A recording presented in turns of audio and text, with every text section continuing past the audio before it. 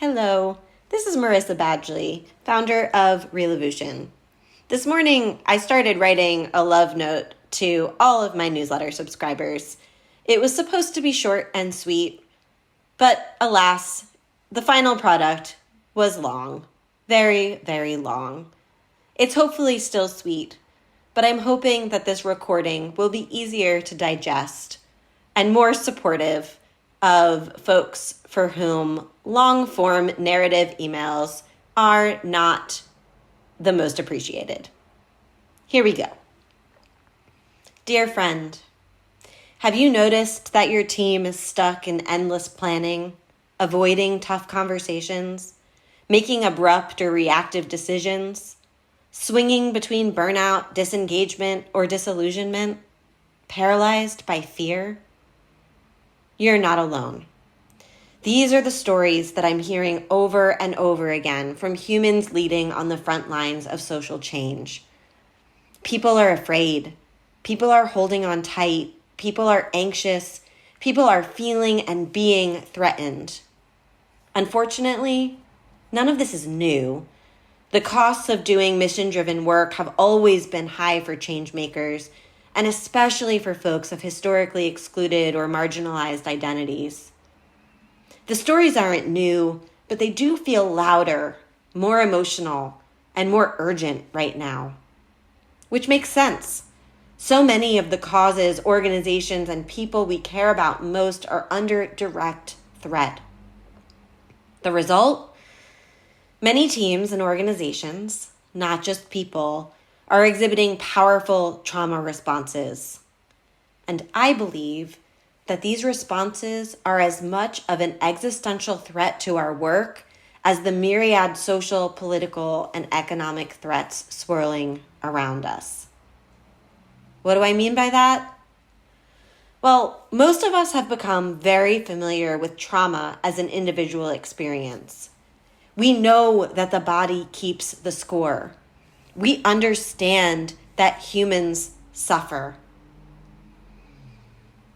We know that suffering impacts how people show up and how leaders need to support them. But what we often don't account for is that organizations and teams can also experience trauma, and that our organizational bodies also keep the score. In meetings, in policies, in decision-making, in strategies, in fundraising, in program development, in budgeting, and in hiring. Just like humans, organizations fight, freeze, flee, fawn, appease, and/or collapse when their dignity, safety, agency, and belonging are threatened. And I'm seeing all of that and more happening right now. Here are some examples. Organizations are fighting. We see adversarial public campaigns and social media rampages against critics, funders, and the other. We see internal power struggles and leadership turf wars. We're seeing overextended staff and overextending staff with new initiatives to prove value.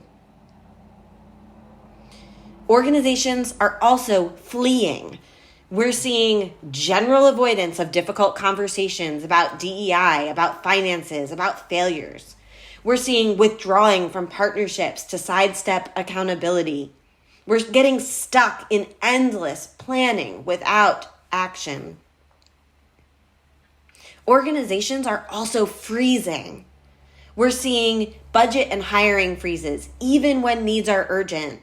We're seeing halting professional development. We're seeing minimized innovation and resorting to the status quo. We're seeing paralysis during crisis and a general, sometimes inability to adapt or respond. Some organizations are also fawning or appeasing, which might look like shifting missions or programs to suit donor demands, watering down or changing language to fall into line with quote-unquote DEI bans or to avoid being seen. We might see suppressed staff dissent to quote-unquote keep the peace. We see the enforcement of toxic positivity and silencing of critique. We also see some organizations collapsing, which might look like programs abruptly shutting down without transition plans or clear communication, which might look like teams disengaging from community or stakeholder relationships or completely exiting those relationships. We might see organizations that are mechanically following outdated protocols without critical engagement. All of these things are happening. Does it sound familiar? It's really, really, really important that you don't look or listen to this list and think you're doing anything wrong. If you're a leader or a change maker and seeing any of these things happening, please remember, these are trauma responses. And trauma responses are the body's way of protecting us from real or perceived threat. It's also really, really, really important to remember that these responses are often not the best, most adaptive, or most helpful responses. In an organizational context, these mostly well-intentioned answers to crises not only sap morale, but also fundamentally undermine our missions. When we're stuck in survival mode, we lose our capacity for creativity, collaboration, and courageous advocacy. When we believe that we have lost our safety, dignity, agency, or belonging, we react from fear rather than from vision. We cling to control or silence in ways that fracture trust and collective purpose. When we prioritize short-term sustainability over long-term impact, we risk becoming what we sought to change. We risk perpetuating the very systems we have vowed to dismantle. The core truth here is that healthy, intentional, and healing crisis response is greater than and not equal to trauma response. The difference between healthy, intentional, and healing crisis response and trauma response is critical, and making the distinction is what our communities, causes, and people need and deserve right now. So now what? There aren't easy answers here. I want your organizations and teams to survive, and survival in this season might require difficult and unpopular decisions. Sometimes our trauma responses are necessary to keep us safe and whole and even alive. Please run away from a bear that is about to attack you. But once you're safe enough, take a deep breath and honestly assess the level of risk. Is the bear still baring its teeth? Is the bear across the meadow and a safe distance away? Is the bear distracted by a squirrel? Is the bear even still there? Did it ever exist to begin with? All real and imagined bears aside, here's what I think we need to do next.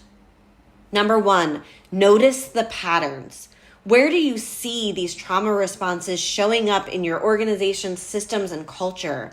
What would it take to move from trauma response to a healthy, intentional crisis response? Number 2, name the experience. Talk openly about what's really happening and why. We have to name it to tame it. What language do you need to start these conversations? Number 3, ask brave questions. What are you and your organization most afraid of right now? Is that fear trustworthy? What are we protecting? At what cost? What are we willing to risk for healing and change?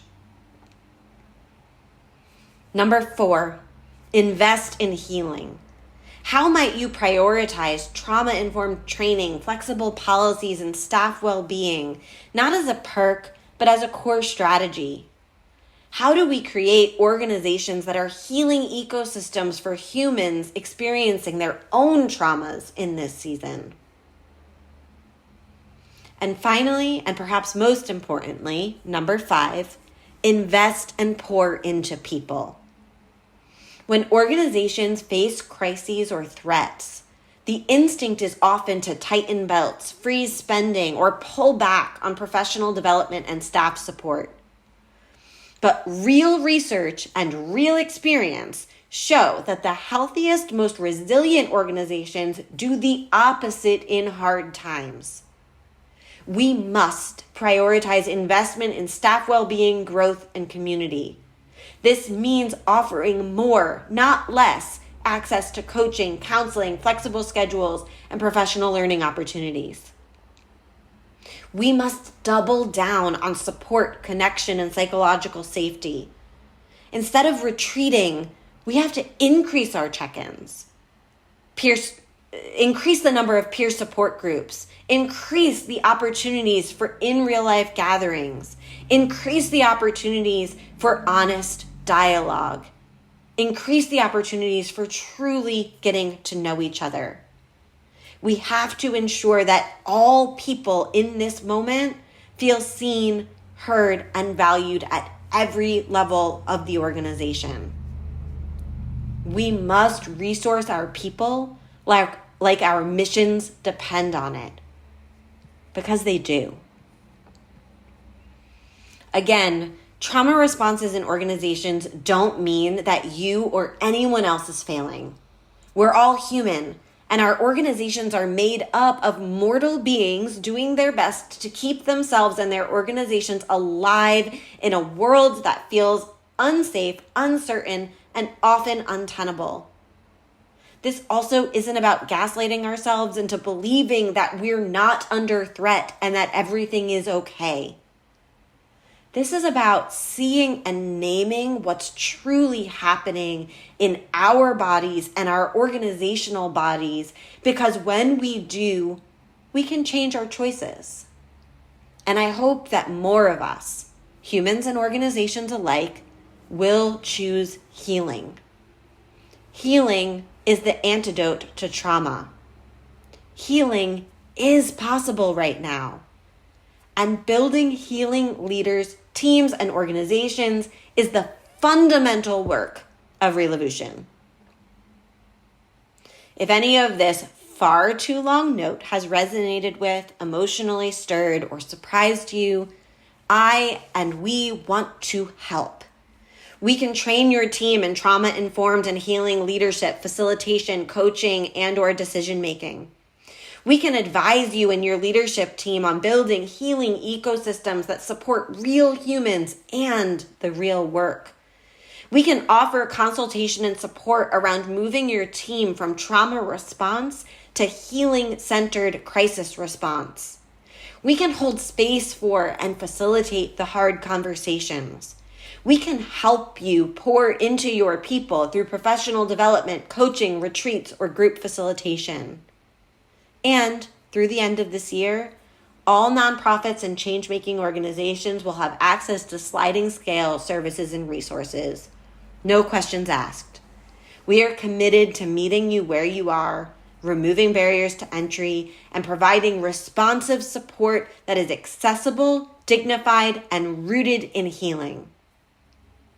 If you need us, just reply to the email or book a connection call, which is also in the email.